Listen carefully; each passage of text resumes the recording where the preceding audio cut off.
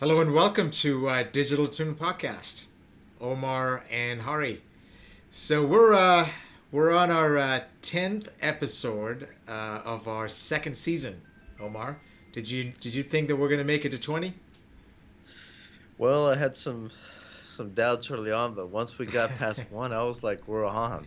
I felt like this was it, Yeah, Like we were just gonna hit the ground and we were gonna learn as we go. And you know what? yeah. It has been a journey. I feel we are all, somewhat learning these new topics as well as explaining and articulating these to our audience with a lot of good feedback from our audience over season two, which leads us into the third season coming up soon, which we're really excited about. We decided to green light that, right? Yep, So, absolutely.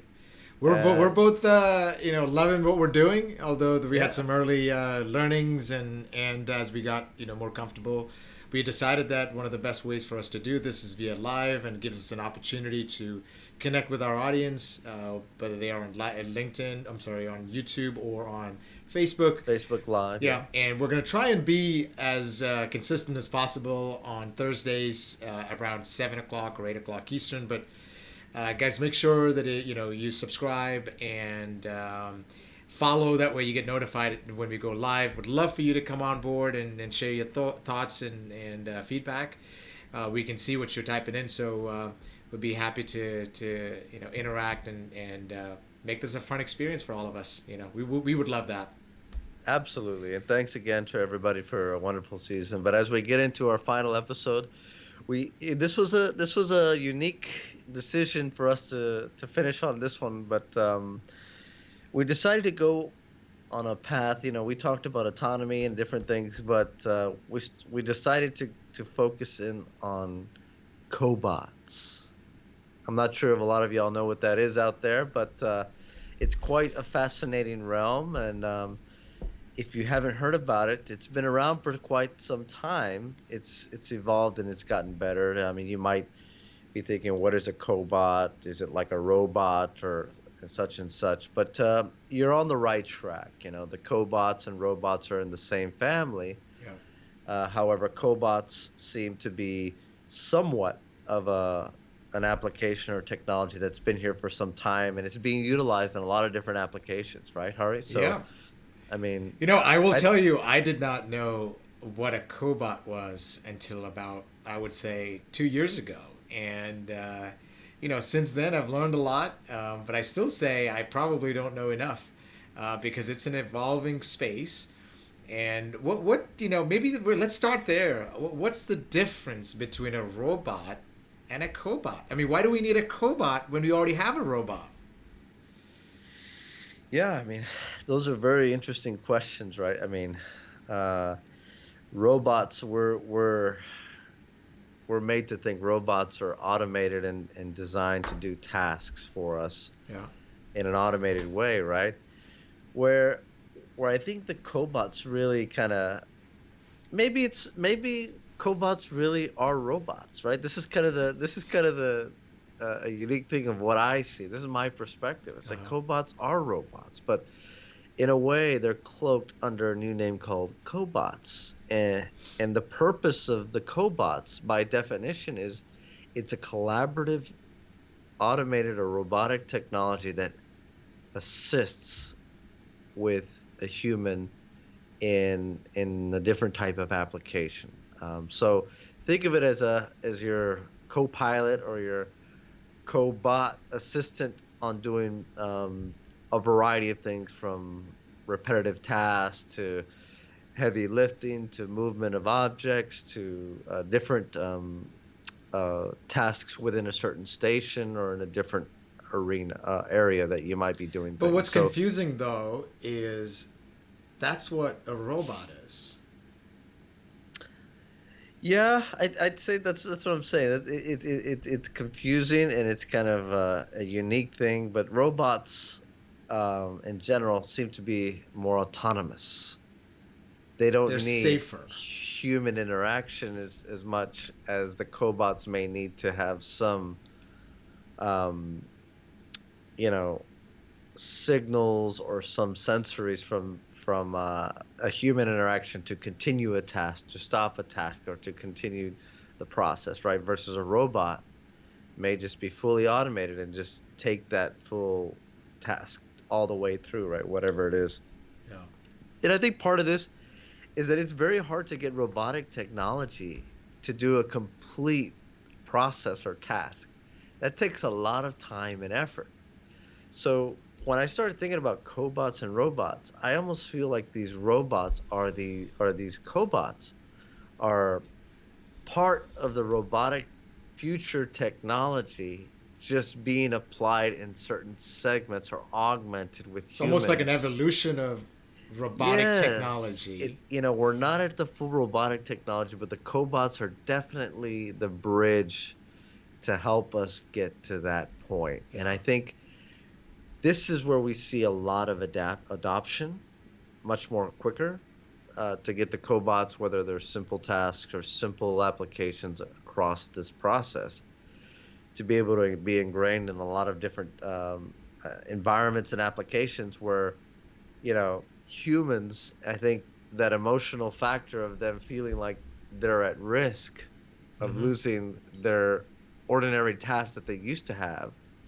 Maybe it took two or three people in a station to do something, but now it takes one with the utilization of a cobot, right? Yeah. So they're seeing that, but they still have some sense of being, like they're still protected in a way. Um, and I think that this window here is that Transitional the phase. transitional phase What's gonna as happen? yeah of the next steps, and Yeah. I think most people do see that, and I think it's a way for cobots to really integrate that technology and knowledge into the robotic technologies of So future. cobots today have cognitive know-how that can be, we've learned about cobots there that already have IBM Watson technology built in. So there can be self-sufficient robotic technology called cobots walking around in your space alongside you, capable of thinking on their own. We're already there. Yeah, yeah, we have some of those applications. That's kind of the level, right? I always like to think of this as a process, right? If you want a robot to do the full process, you got to think about how complicated is this process Mm-hmm. that you want to be automated and to be robotic. And maybe it takes a long time to get there, but you can break these subsystems or sub tasks into different buckets, right? Mm-hmm.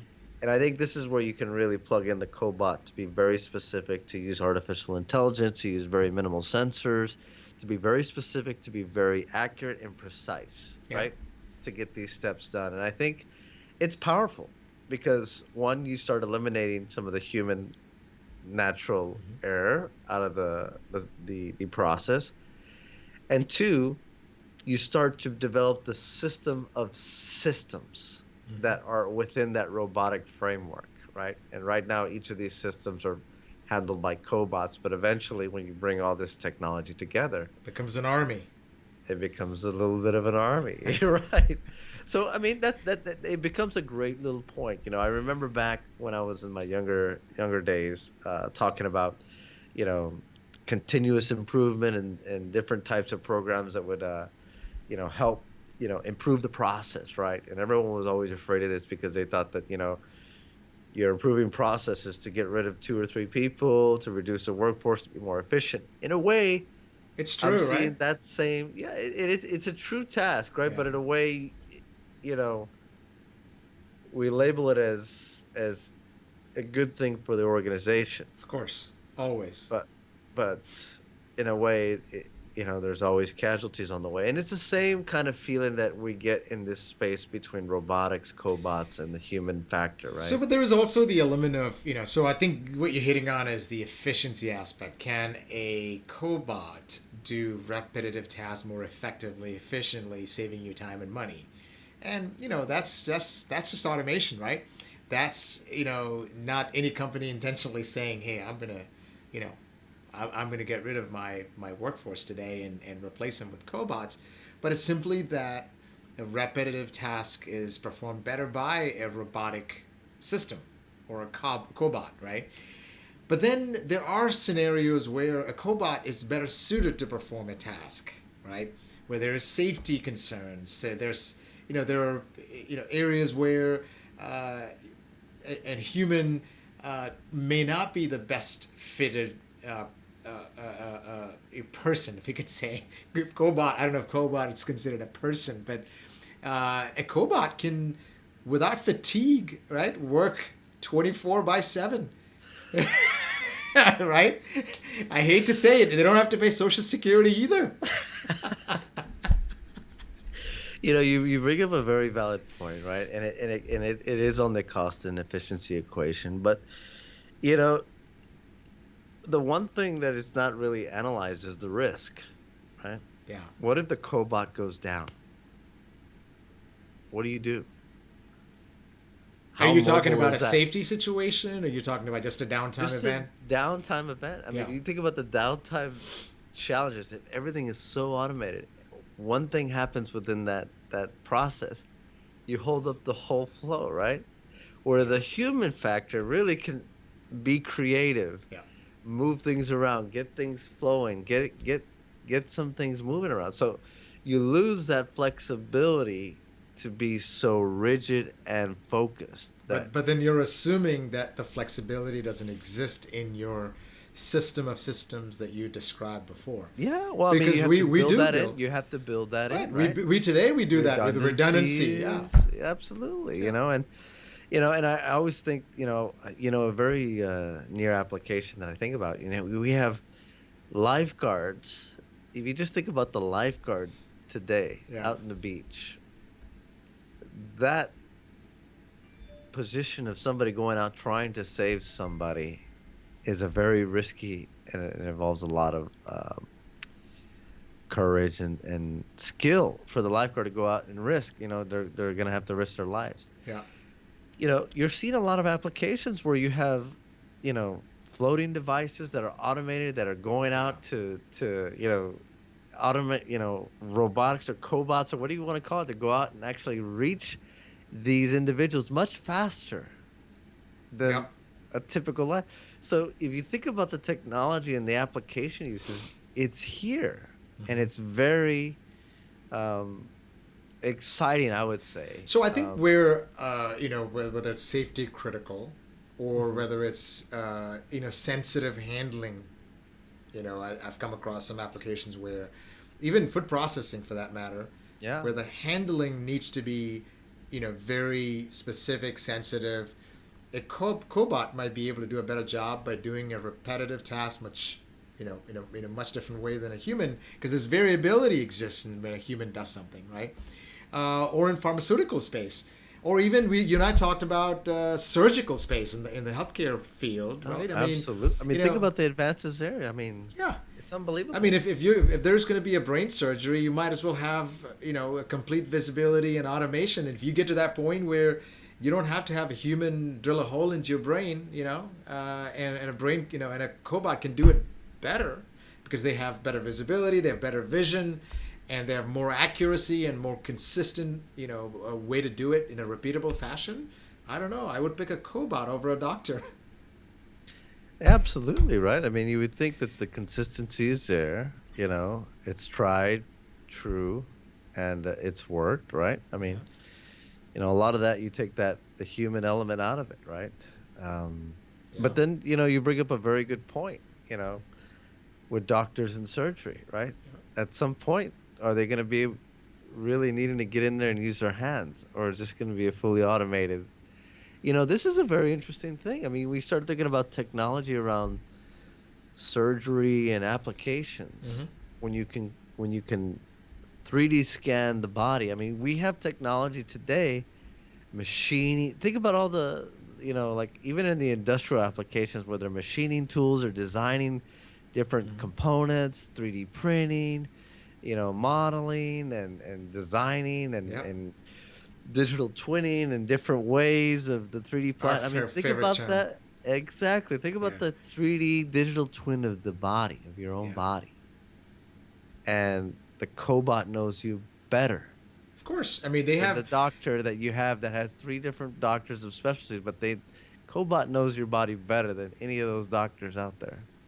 And a body scan, right, is a digital output, Yeah, right? And a digital output can be better read by a system that can device. right, Absolutely. a system that can read digital data, right? And so, Yeah. I mean, today, robotic surgery is performed remotely already, which allows your best doctor to have the best device regardless of where they're located and still be able to either perform or guide a surgical procedure. So I don't know if I mean, it isn't going to be that far away that I see based on what I know, what I've seen, that some of these things are going to be automated. That a cobot could do this job better than a surgeon. And of course, the surgeon could overtake or kind of overpower the system at any point in time. But, you look at aircrafts, you're on a cruise mode, right? Until it comes to a point where, a human is needed. But a lot of the times, it is recommended that let the plane take care of its own rather than a pilot try to jump in and try to save the plane because it's not needed, right? Yeah, I mean, this to me, this is a quite interesting area because you start really talking about the skills that is needed to be a surgeon of the future. May just be, you know, the whole curriculum of them trying to Supervisory. be a supervisory role, Yeah. right? Just like pilots. Um, m- just think about the applications where we've had human control Yeah. being overtaken by cobots slash robots. Yeah. So we talked about And high skill jobs. I'm sorry. Go ahead. go Finish. ahead. No, no, yeah, No, absolutely. I think it's one interesting twist to that though. I think we talked about like highly skilled jobs, but there's also very monotonous kind of low skill jobs where you cannot get people to do it because they don't pay well, right? In agriculture, for example, where cobot could be a better choice because it's the job that people don't want to do. It's usually underpaid, and it's in not the best of environments to work in. And here you have a cobot who's ready to work 24/7. Don't pay Yeah. taxes. But I mean, That gets me, man. you know, They it's need to very pay interesting. taxes. The cobots need to pay I taxes? think They so. need to have a social security? They need to be able to vote? What are you talking about I here? think Come on so. now. If they're gonna be I on mean, their own, I I mean, want them to pay taxes. but but this is a very this conversation goes farther than cobots. It goes into the actual societal norms that will be changing as, we've listened to multiple different, thought leaders out there, including one that I think both you and I have, some regard for, Mr. Wang, Andrew Wang, Yep. former presidential candidate. He brings this up very, very frequently. Elon Musk talks about some of these things, and these are things that are coming, and Yeah. are we ready? Are we ready for what I don't think the it new matters whether we're ready or not. It's coming. that goes to our future Are we aware of politicians. what we're up against, right? As a society, I think there's lack of awareness. I think Andrew and others have tried to kind of bring that to the awareness, right? To the public, but it's still a lot of people might look at it and say, "Hey, this is science fiction. It isn't going to happen that soon. It's still ways, before we would get there." But we know, having seen what we have seen, It's there. it's there. I mean, it's just It's only a matter there are of some time. variables It's that only a they need matter to of be. time. Yeah, I mean, even in self-driving cars, I mean, we're so close, and of course, there is that final frontier that they need to cross. But we're so close. And look at a self-driving car and how much obstacles they have to cross in order to drive around people safely, both the people they're transporting and people they're coming across on the street. So if we can do that safely for miles at a time, I mean, cobots doing a surgery is not far-fetched at all. It's a Yeah, much more controlled it environment. is absolutely. Yeah. And the So as patient the isn't moving, environment, is it? yeah. So You yeah, don't have a pedestrian jumping in front of you, right? yeah, It's a stable patient that's it's potentially still, right? yeah. I mean, so I mean, if we think about that, right? Mhm. Cobots, robots. I mean, does it pose a risk or does it actually pose advancement? Risk to what? A risk to our everyday lives, right?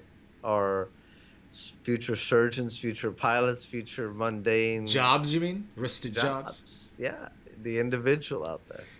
I think this is true. I mean, this is my take, right? I think it is true that all automation, regardless of the industry, transportation, airlines, healthcare, all automation is leading us to a point where humans can take on a much bigger role and the machines take on a different set of tasks, you You know, know? that's a very half glass full.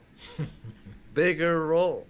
I like the way you put it because I'm that's an optimist, it's man. a What can I bigger do? role, not a lower role. I can't predict future, but I can be Yeah. an optimist. Well, I'll tell you what. With that, we will exit with that. I like that. You know, you're an optimist. I'm an optimist. Glass half full, bigger role. I like that. So that concludes our season 2, episode 10 on cobots. And we'd like to thank all of our viewers out there for the support. And you can find us on Digital Twin Podcast.